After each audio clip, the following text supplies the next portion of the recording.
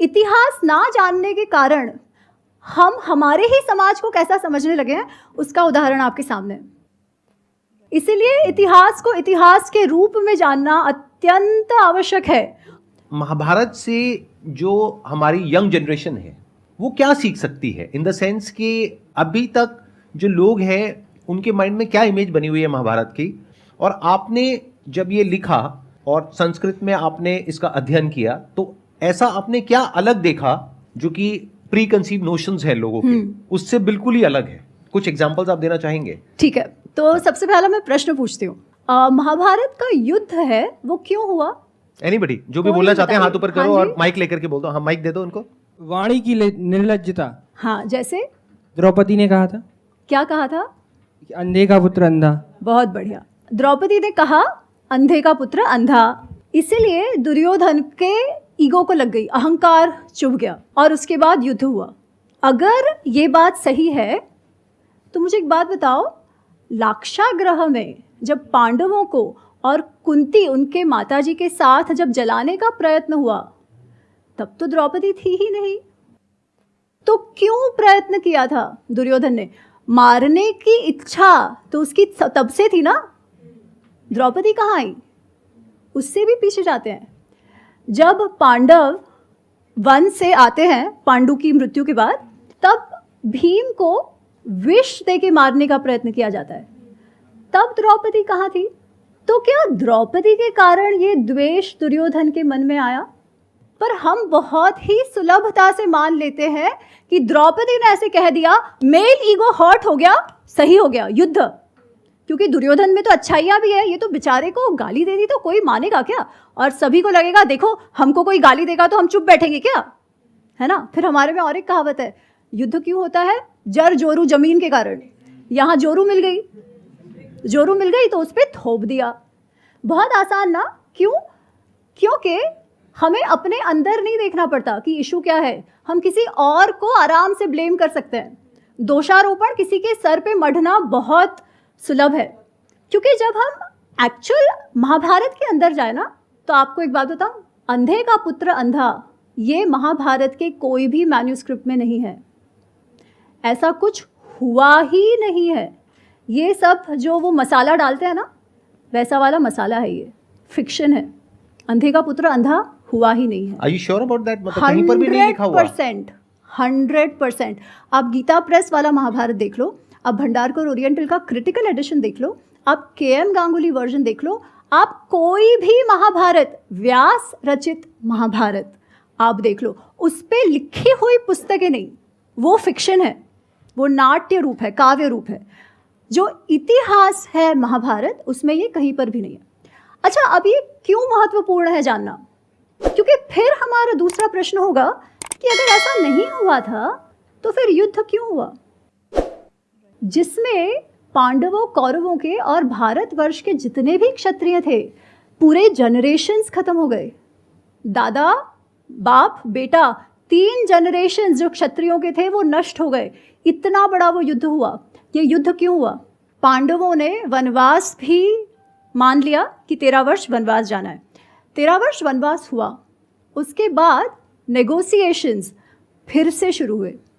जब नेगोशिएशन शुरू हुए तो पांडवों ने, युधिष्ठिर ने यहाँ तक कहा कि कुटुंब में, परिवार में युद्ध नहीं होना चाहिए, क्योंकि युद्ध जो है ना वो लास्ट रिजॉर्ट होता है ना। युद्ध में किसी भी दोनों तरफ की हानियाँ होती है, इसलिए युद्ध नहीं होना चाहिए। तो आप हमें इंद्रप्रस्थ मत दो, आपके पास रखो, हमें केवल 5 गांव दे दो जिससे हमारी रोजी रोटी चलती रहे। दुर्योधन कहता है, सुई का टोक होता है ना, उतनी भी भूमि में नहीं दूंगा। क्यों? क्योंकि मैं इनके साथ जीना ही नहीं चाहता। इतना अधिक मात्सर्य भाव, जलसी जिसे कहते हैं ना, जलसी और अहंकार, इनके साथ जीना नहीं चाहता। तो मेरे अहंकार के लिए मैंने इतने जनरेशन्स को नष्ट करवा दिया। तो फिर इससे हमारा की टेक अवे क्या है? कोई भी निर्णय जब हम काम, क्रोध, लोभ, मोह, मद, मात्सर्य, extreme attachment and desire, anger, गुस्सा, बहुत ज़्यादा गुस्सा, बहुत ज्यादा लोभ, लालचीपना, बहुत ज्यादा मात्सर्य, बहुत ज्यादा अहंकार में जब कोई भी निर्णय लिया जाएगा तब हमारा पतन होना निश्चित है।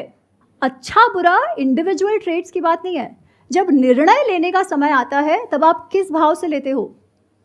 क्या लोभ में, क्रोध में, मुझे ये चाहिए, वैसा मुझे चाहिए क्योंकि मुझे चाहिए, माय वे और हाईवे, ऐसा डिसीजन लेते हो, या ये मेरे लिए अच्छा है इसलिए मुझे लेना चाहिए भले मुझे अच्छा ना लगे?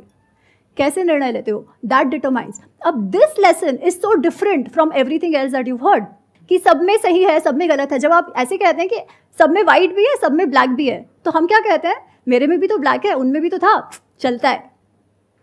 पर जब तक वो ब्लैक रहेगा ना, तब तक ये मत एक्सपेक्ट करना कि आप सक्सेसफुल हो ही नहीं सकते। सब में ब्लैक है और सब में वाइट है, is it not true? It is true. हाँ। देखिए, गुण अवगुण सब में होते हैं, कोई भी ऐसा नहीं है जो एकदम परफेक्ट है, परंतु जब डिसीजन लेने की बात आती है तब आप कैसे लेते हो, ये महत्वपूर्ण है। ऐसा नहीं है कि मन में गुण अवगुण नहीं है, सब कुछ है, डिजायर्स है, हमें कुछ अच्छा लगता है और ये सब होना भी चाहिए। जब अटैचमेंट है तो प्रेम होगा, पर जब ओवर अटैचमेंट है तो पोजेसिवनेस आ जाएगी, तो जो संबंध प्रेम का संबंध था वही टूट जाएगा। सेम भाव जब अति हो जाता है तब, इसलिए कृष्ण कहते हैं मन को संयम में रखो। अर्जुन कहता है बहुत अच्छा, संयम में रखो कह तो दिया, पर होता है क्या, है ना? वो कहता है चंचल ही मन कृष्णा प्रमाथि बलवत दृढ़म, कि जो मन है ना बहुत चंचल है, वो वायु के जैसा है कि वायु को हम पकड़ने का प्रयत्न करते हैं ना, मन को संयम में करना वैसे कठिन कार्य है। कृष्ण कहते हैं सही है, कठिन तो है ही, असंशय ही महाबाहो, पर कैसे करो? अभ्यासेन तु कौन्तेय वैराग्येण तु गृह्यते। अभ्यास अभ्यास अभ्यास, प्रैक्टिस प्रैक्टिस प्रैक्टिस। वो सिगरेट मुझे नहीं पीनी है, फिर भी मेरा मन जाएगा, मुझे लगेगा नहीं ले लेता हूँ। आप 2-3 बार मन को बोलोगे ना नहीं लेना है, फिर चौथी बार मन नहीं करेगा, है ना? आप कोई भी कार्य करके देखो, असंभव कुछ नहीं है, पर प्रैक्टिस के अलावा कोई ऑप्शन भी नहीं है। आप ये कह रहे हैं कि जो गुण हैं अवगुण हैं वो सब में होते हैं मन के स्तर पर, लेकिन कुछ लोग हैं जो अपनी बुद्धि के हिसाब से चलते हैं, यानी बुद्धि से मन को कंट्रोल करते हैं, और कुछ है जो मन के हिसाब से चलते हैं। So what you are saying is कि it should not translate into action at the level of मन। सबके साथ में वही होता है, यानी काम, क्रोध, लोभ, ये सब सबके अंदर होता है। करेक्ट। बट कुछ उसके बेस पे एक्शन लेते हैं, कुछ उसके बेस पे एक्शन नहीं लेते हैं, यानी वो सही और गलत, धर्म और अधर्म के बेस पे एक्शन लेते हैं। That's what you are saying, right? Correct. और मैं ये भी उसमें कहना चाहती हूँ कि जब आप मन के बेसिस पर एक्शन लेते हो ना, तो उसका कॉन्सिक्वेंस तो होना ही है। फिर कॉन्सिक्वेंस जब होता है तब हम अपने आप को विक्टिम समझने लगते हैं कि सब बाहर की गलती है। नहीं, हमारे साथ जो भी होता है ना, वो कुछ भी किसी की गलती नहीं है, हमारी स्वयं की गलती के अनुसार के हिसाब से ही जो होता है वो होता है। तो we have to start owning our actions and the outcomes. अच्छा, ये जो पॉइंट अभी इन्होंने बोला कि महाभारत जो हुई वो इस वजह से हुई क्योंकि द्रौपदी ने कहा कि अंधे का पुत्र अंधा, और ये हमने देखा भी है, टेलीविजन पे देखा है और इस तरह से सुना है। तो ये कहाँ से शुरू हुआ? ये मतलब एक इतने बड़े युद्ध के लिए एक फीमेल को ब्लेम किया जा रहा है, और वो सिर्फ एक फीमेल नहीं है, that is basically representative of all females. Absolutely. हम जो फ्रीडम ऑफ एक्सप्रेशन की बात करते हैं, हमारे संस्कृति में ये हमेशा से रहा है। हमेशा से मतलब मैं संस्कृत नाट्य जो 2000-2500 वर्ष पहले लिखे गए, वहाँ से ये है। अब ये पर्टिकुलर प्रसंग कहाँ से आता है ये मैं नहीं जानती, पर वो कहता है ना, लोक कथा में आता गया और ये बाहर तक, फिर अब वही सच्चाई हो गई जो बहुत बार बोला जाता है।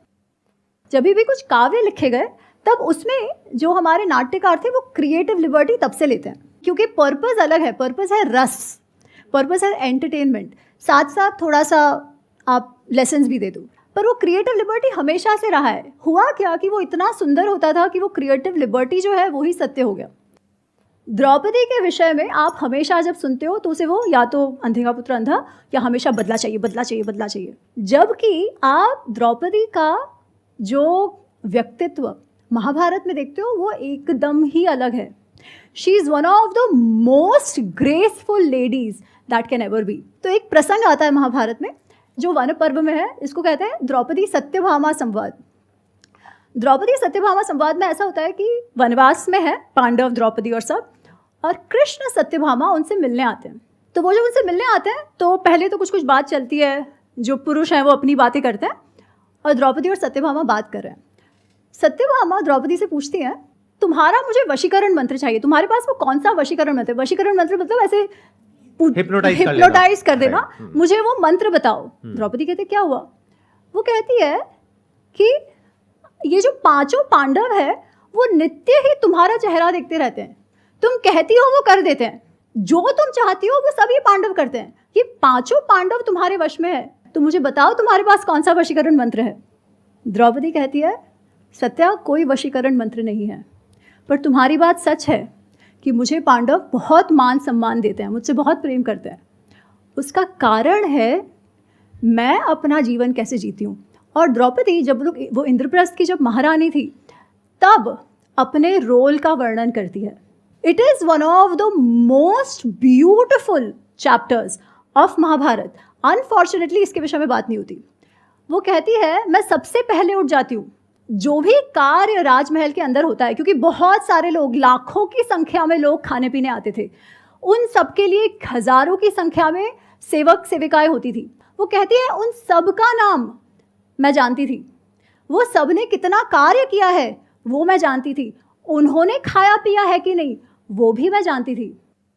वो कहती है युधिष्ठिर जब यात्रा पे जाते हैं तब उनके साथ कितने घोड़े, कितने हाथी, कितना वेल्थ, गिफ्ट्स वगैरह जो जाते हैं दूसरे राजाओं के लिए, वो कितना गया वो और किसी को नहीं मालूम, एको अहम अपि वेद्मि, केवल मैं ही जानती हूँ।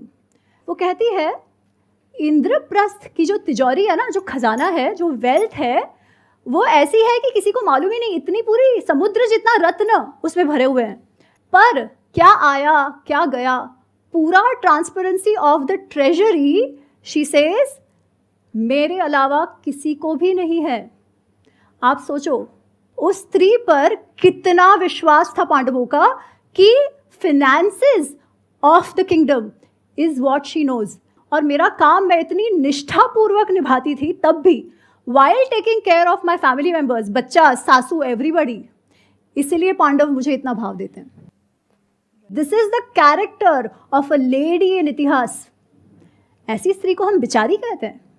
ऐसे समाज को जहाँ स्त्री को इतना स्टेटस मिला हुआ है, जहाँ फिनेंसेस भी वो देखती है, उस समाज को हम स्त्री द्वेषी कहते हैं। और इतिहास ना जानने के कारण हम हमारे ही समाज को कैसा समझने लगे हैं, उसका उदाहरण आपके सामने है। इसीलिए इतिहास को इतिहास के रूप में जानना अत्यंत आवश्यक है और बिल्कुल भी कठिन नहीं है। ये सारी पुस्तकें हैं, केवल हमें उन्हें पढ़ना है और हमारे इतिहास को, हमारे अपने आप को जानना है।